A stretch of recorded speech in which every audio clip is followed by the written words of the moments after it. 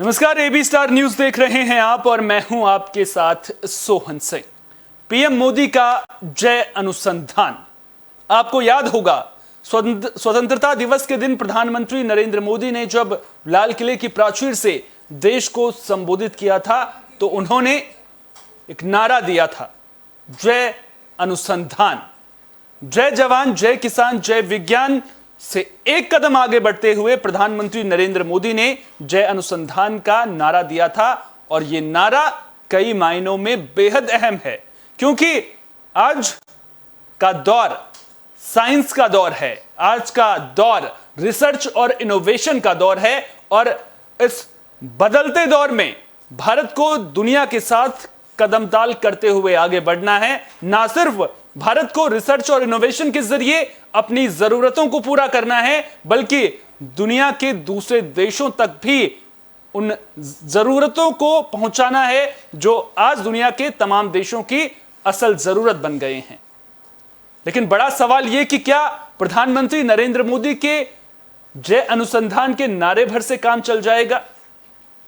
क्या सरकारों की ओर से इस दिशा में काम किया जा रहा है? सवाल इसलिए अहम हो जाता है क्योंकि बातें बड़ी बड़ी हो जाती हैं, लेकिन जमीनी स्तर पर अक्सर आपने देखा होगा कि हकीकत कुछ और ही कहानी बयां करती हुई नजर आती है। लेकिन प्रधानमंत्री के इस नारे में ऐसा बिल्कुल भी नजर नहीं आता है। आपको याद होगा कोरोना काल के दौरान हमारे वैज्ञानिकों ने पूरी दुनिया में किस तरह से तारीफें बटोरी थी। आपको याद होगा किस तरह से आपदा के उस दौर में भारत ने दुनिया के तमाम देशों तक वैक्सीन पहुंचाई थी, खुद अपने लोगों के लिए वैक्सीन बनाई, उसके अलावा जो हमारे मित्र देश हैं उन देशों तक भी वैक्सीन पहुंचाने का काम भारत ने किया था।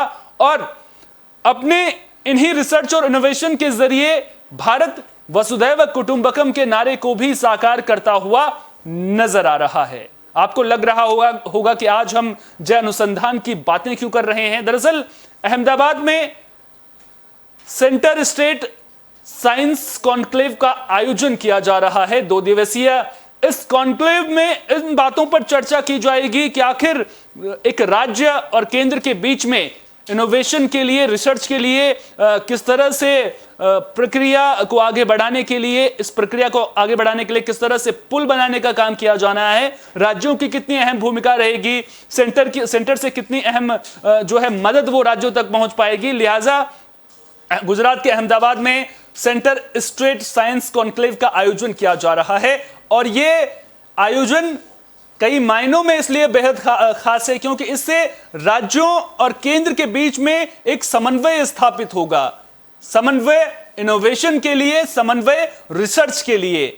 प्रधानमंत्री नरेंद्र मोदी ने इस कॉन्क्लेव का उद्घाटन किया। इस साइंस कॉन्क्लेव के दौरान प्रधानमंत्री नरेंद्र मोदी ने कई बड़ी बड़ी बातें कही। उन्होंने पुराने वैज्ञानिकों को भी याद किया। उन्होंने बताया कि किस तरह से जब पिछली शताब्दी में दुनिया के तमाम देशों में किस तरह से दुनिया एकजुट होकर साइंस के जरिए हर मुश्किल से पार पाने की कोशिश कर रही थी। उन्होंने बताया कि किस तरह से जब आइंस्टीन जैसे वैज्ञानिक अपनी खोजों से चौंका रहे थे तो उस वक्त हमारे भारतीय वैज्ञानिक सीवी रमन, जगदीश चंद्र बसु, वो कैसे अपनी नई नई खोजों को दुनिया के सामने ला रहे थे। और जब साइंस की बात आती है तो फिर वो जो साइंस है वो दुनिया को एक सूत्र में पिरोने का काम करती है, क्योंकि अगर कोई इनोवेशन होती है तो फिर उसका फायदा सिर्फ एक मुल्क तक ही सीमित नहीं रह जाता है, उसका फायदा पूरी दुनिया को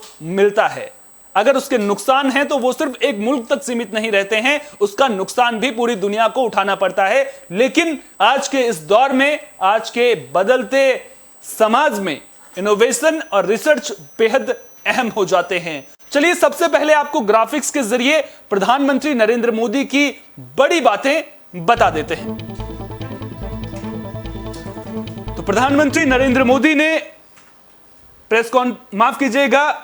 वीडियो कॉन्फ्रेंसिंग के जरिए संबोधित किया। इस दौरान प्रधानमंत्री नरेंद्र मोदी ने कहा कि 21वीं सदी के भारत के विकास में विज्ञान उस ऊर्जा की तरह है जिसमें हर क्षेत्र के विकास को, हर राज्य के विकास को गति देने का सामर्थ्य है। यानी कि उस ऊर्जा से प्रधानमंत्री नरेंद्र मोदी ने तुलना की है जो हर क्षेत्र में विकास की बयार ला सकता है, विकास की असीम ऊंचाइयों को छूने में किस तरह से विज्ञान मददगार साबित हो सकता है, इसका जिक्र करते हुए प्रधानमंत्री नरेंद्र मोदी नजर आए। जब ज्ञान विज्ञान से हमारा परिचय होता है तब संसार के सभी संकटों से मुक्ति का रास्ता खुद खुल जाता है, यह भी प्रधानमंत्री नरेंद्र मोदी ने कहा है। दरअसल कहते हैं कि जब भी कोई मुश्किल दुनिया के सामने आती है तो फिर इन मुश्किलों में ही आविष्कार जन्म लेते हैं, और वही बात प्रधानमंत्री नरेंद्र मोदी आज अपने संबोधन के दौरान भी कहते हुए नजर आए कि समाधान और नवाचार का आधार विज्ञान है, और जब भी दुनिया के सामने मुश्किलें आएंगी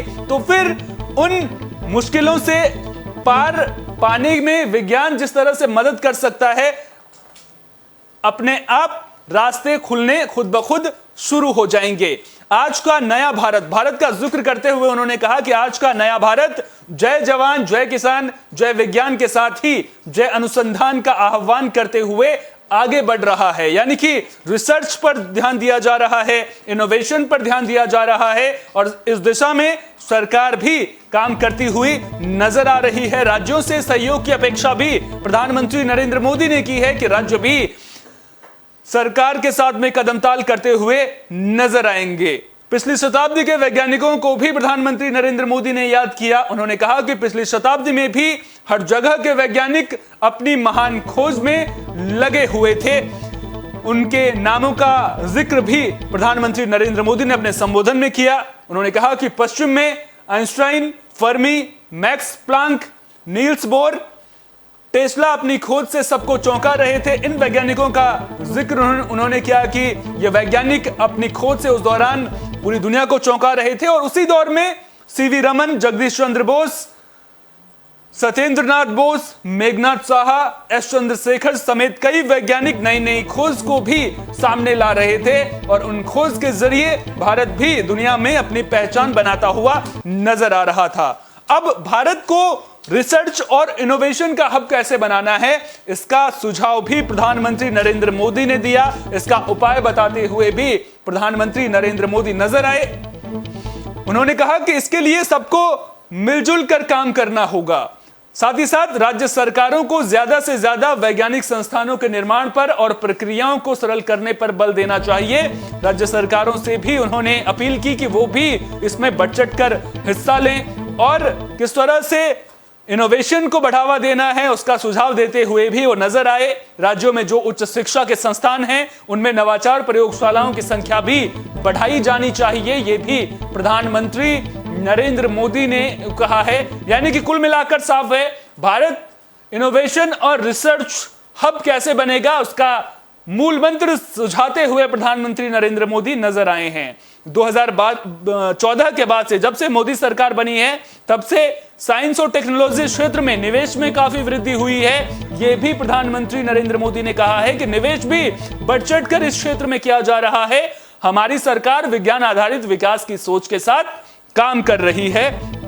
तो ये वो तमाम बातें जो प्रधानमंत्री नरेंद्र मोदी ने अपने संबोधन के दौरान कही हैं, और उन्होंने कहा कि भारत वैश्विक नवाचार सूचकांक में 46वें स्थान पर है, जबकि 2015 में भारत 81वें नंबर पर था। यानी कि जो सोच भारत की है वो अब आंकड़ों में भी जाहिर होती हुई नजर आ रही है। लेकिन कई सवाल भी हैं जिनका जवाब तलाशना बेहद जरूरी है, और समय की जरूरत के साथ इन सवालों के जवाब अगर हमें मिल जाएंगे तो फिर हम रिसर्च और इनोवेशन में दुनिया के लिए एक नजीर पेश कर सकते हैं।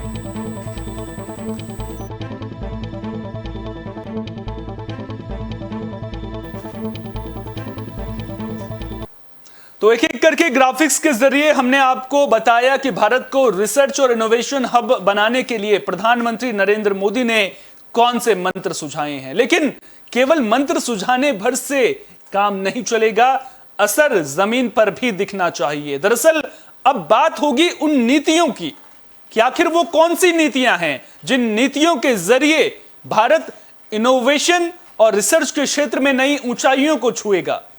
वो कौन सी मॉडर्न नीतियां सरकार लागू करेगी, और राज्यों की जिस भूमिका का जिक्र प्रधानमंत्री नरेंद्र मोदी ने किया है, क्या राज्यों के द्वारा भी इस दिशा में पहल देखने को मिलेगी? क्या केंद्र सरकार के द्वारा राज्यों पर इस क्षेत्र में विकास के लिए जोर देने के लिए कहा जाएगा, क्योंकि जब भी बात रिसर्च और इनोवेशन की आती है तब हमें कोरोना काल की याद आती है। एक वो दौर था जब पूरी दुनिया आपदा से जूझ रही थी। पूरी दुनिया ने देखा था कि किस तरह से सभी वैज्ञानिक वैक्सीन की खोज में लगे हुए थे कि आखिर कभी एक वैक्सीन मिल जाए जिससे कोरोना जैसी महामारी का अंत हो सके। अक्सर जब भी इस तरह की आपदा आती थी या फिर भारत को कोई जरूरत महसूस होती थी तो भारत दुनिया के और देशों पर निर्भर रहता था।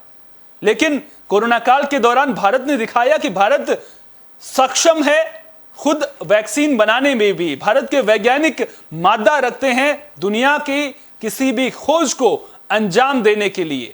भारत ने दिखाया कि किस तरह से भारत वैक्सीन बनाकर केवल सिर्फ अपने लोगों के लिए या अपने देश के लोगों तक ही उस वैक्सीन को सीमित नहीं रख रहा है, क्योंकि भारत ने वो वैक्सीन दुनिया के तमाम देशों तक पहुंचाने का काम भी किया। और जिस वसुधैव कुटुंबकम की बात भारत करता हुआ नजर आता है, उस वसुधैव कुटुंबकम को एक आकार देने की कोशिश भी भारत की ओर से जरूर की गई है। आज अगर आपने तस्वीरें कुछ देखी हैं, आपने एक तस्वीर हाल ही के दिनों की देखी होगी, करीब 1 महीने पहले की, जब प्रधानमंत्री नरेंद्र मोदी के पीछे से जो बाइडेन आ रहे थे, उनके कंधे पर हाथ रखते हैं, जिसके बाद दोनों मुस्कुराकर मिलते हुए नजर आते हैं। तो भारत इतना ताकतवर ऐसे ही नहीं बना है। इसके पीछे एक सोच काम कर रही है, इसके पीछे एक मकसद काम कर रहा है, और मकसद है देश को प्रगति के पथ पर आगे बढ़ाना। और इस दिशा में मोदी सरकार बेहतर काम करती हुई नजर आ रही है, क्योंकि रिसर्च और इनोवेशन के जरिए भारत पूरी दुनिया में अपनी ना सिर्फ अलग पहचान बना पाएगा, बल्कि जिस आत्मनिर्भर भारत की बात हम करते हैं, उस आत्मनिर्भर भारत के सपने को अगर साकार बनाना है तो उसमें रिसर्च और इनोवेशन का योगदान बेहद अहम हो जाता है। उम्मीद करेंगे कि राज्य सरकारों से भी केंद्र को सहयोग मिलेगा। जो नीतियां मोदी सरकार लागू करना चाहती है उसमें राज्य सरकार भी बढ़ चढ़कर साथ देते हुए नजर आएंगे, क्योंकि बात यहां पर भारत की है। और उम्मीद करेंगे कि साइंस के क्षेत्र में इनोवेशन और रिसर्च को लेकर के अगर मोदी सरकार कल को कुछ नई नीतियां लेकर के आती है तो उस पर सियासत देखने को नहीं मिलेगी। देखना दिलचस्प होगा कि आने वाले दिनों में रिसर्च और इनोवेशन भारत को इसका हब बनाने के लिए सरकार कौन कौन सी नई नीतियां लेकर के आती है, ताकि भारत इस दिशा में और भी नए आयामों को छू सके और ऊंचाइयों को भी छू सके।